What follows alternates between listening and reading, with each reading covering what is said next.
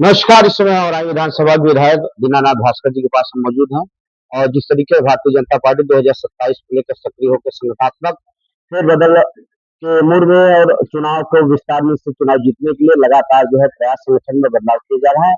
इसी कड़ी में हमारे साथ और विधायक जी दीनानाथ भास्कर जी। संगठन चुनाव में लगातार परिवर्तन कर रहे हैं, इस पर क्या कहना चाहेंगे विधायक जी?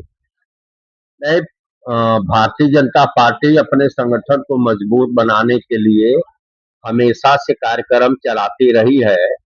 कोई नया कार्यक्रम नहीं चल रहा है। आ, और न ही कोई छोटा दल है कि हमारा संगठन एक दिन में बन जाएगा। और विश्व की दुनिया की सबसे बड़ी पार्टी है। यहाँ बूथ अध्यक्ष के लिए भी नामांकन होता है, मंडल अध्यक्ष के लिए भी नामांकन होता है, जिला अध्यक्ष के लिए नामांकन होता है, प्रदेश अध्यक्ष एवं राष्ट्रीय अध्यक्ष के लिए भी नामांकन होता है। और ये बड़ा संगठन है, तो बड़ा संगठन का संगठन भी धीरे धीरे ही बन पाएगा और लोकतांत्रिक तरीके से ही बन पाएगा। और अभी भी हमारा प्रदेश कमेटी का संगठन की घोषणा होने वाली है। और उसके बाद जो है और भी दूसरे जो पद अभी खाली हैं, रिक्त हैं, उस पर भी नियुक्ति होने वाली है।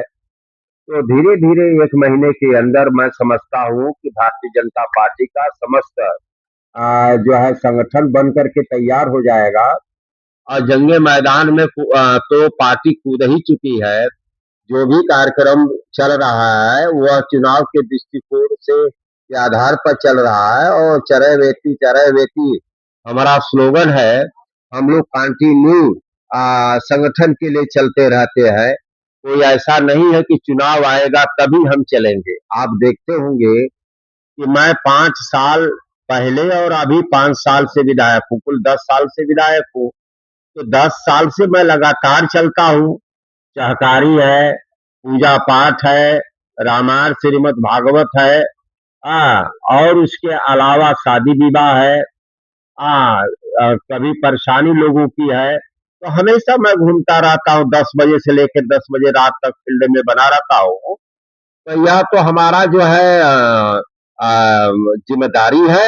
हमारा कर्तव्य है कि समाज ने जिताया है तो समाज के बीच में बराबर बना रहा है। 2027 को लेकर जहां विपक्ष लगातार महंगाई को लेकर हल्ला बोल है, जहां तक सिलेंडरों की बेतहाशा डीजल और पेट्रोल के दामों पे बढ़ती हताशा जो आम जनता को इसका रोष कितना 2027 में पड़ेगा? देखिए, ऐसा है कि युद्ध चल रहा है, दुनिया अस्थिर है। और एक तरफ रसिया यूक्रेन का युद्ध चल रहा है, दूसरी तरफ इसराइल, लेबनान और ईरान का चल रहा है। अमेरिका भी उसमें इन्वॉल्व है। और होर्मुज में रास्ता ब्लॉक है। एक तरफ ईरान जो है रास्ता ब्लॉक किया है, दूसरे तरफ जो है अमेरिका रास्ता ब्लॉक किया है। तो जो भी गैस आती है, जो डीजल आता है कच्चा या पेट्रोल कच्चा आता है और आके यहाँ रिफाइनरी में क्लीन होता है और फिर जनता के पास पहुंचता है। तो इसका जो है प्रभाव जनता जानती है कि यह कोई प्रधानमंत्री का जिम्मेवारी नहीं है या भारत सरकार की जिम्मेवारी नहीं है। ये अंतर्राष्ट्रीय समस्या है। अंतर्राष्ट्रीय समस्या जब हल हो जाएगी तो अपने आप दाम अपने ओरिजिनल रेट पर आ जाएगा, फिर गिर जाएगा। और गैस का भी जो क्राइसिस है वो भी दूर हो जाएगा। अब इस तरह के समस्या में जो है हमारा तो कोई योगदान नहीं है। तो ये तो वर्ल्ड स्तर की समस्या है। दुनिया के सभी मुल्क परेशान हो रहे हैं, केवल भारत ही नहीं हो रहा है।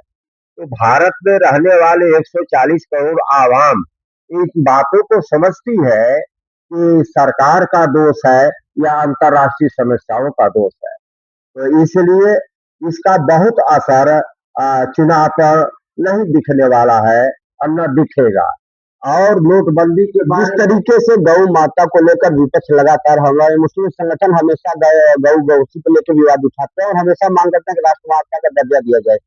तो क्या आपको नहीं लगता कि राष्ट्रमाता बीजेपी सरकार, प्रधानमंत्री मोदी जी 2014 में हमेशा जो है कांग्रेस को भेजते थे गौ माता के इस गौकोशी के प्रकरण पर? तो इस पर क्या नहीं लगता कि आपके ऊपर डबल इंजन की सरकार इसको राष्ट्र घोषित किया जाए माता का दर्जा?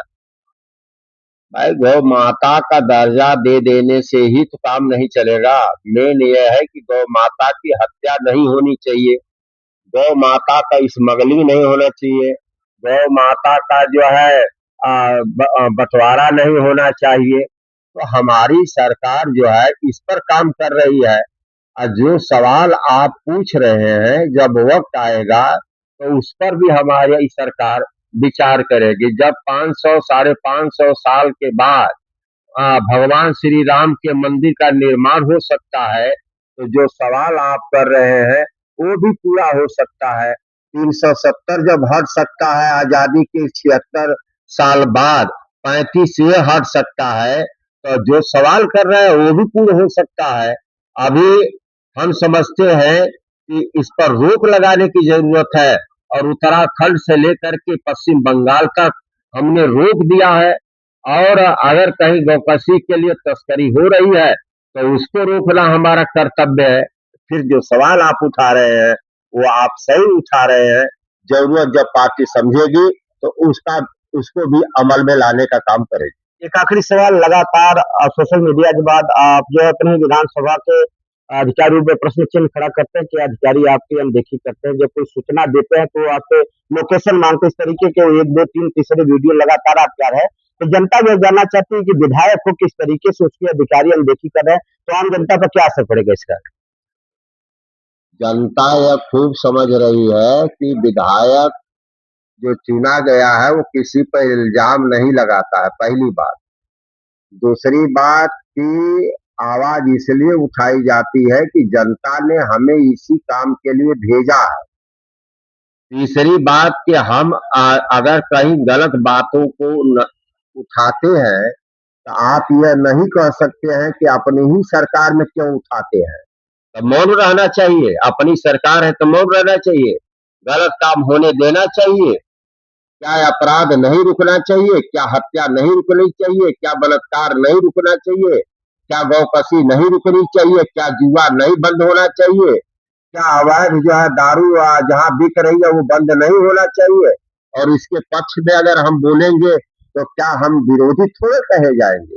ये तो मैं जनता ने जो मुझे दायित्व दिया है उसका मैं निर्वहन कर रहा हूँ, और सचेत कर रहा हूँ अधिकारियों को कि इस पर काम करना चाहिए। तो अगर हमारे बोलने पर ही काम हो रहा है तो अब तक अधिकारी क्या करते रहे, उसका क्या दायित्व था, उसने क्या अपने दायित्वों का निर्वहन किया।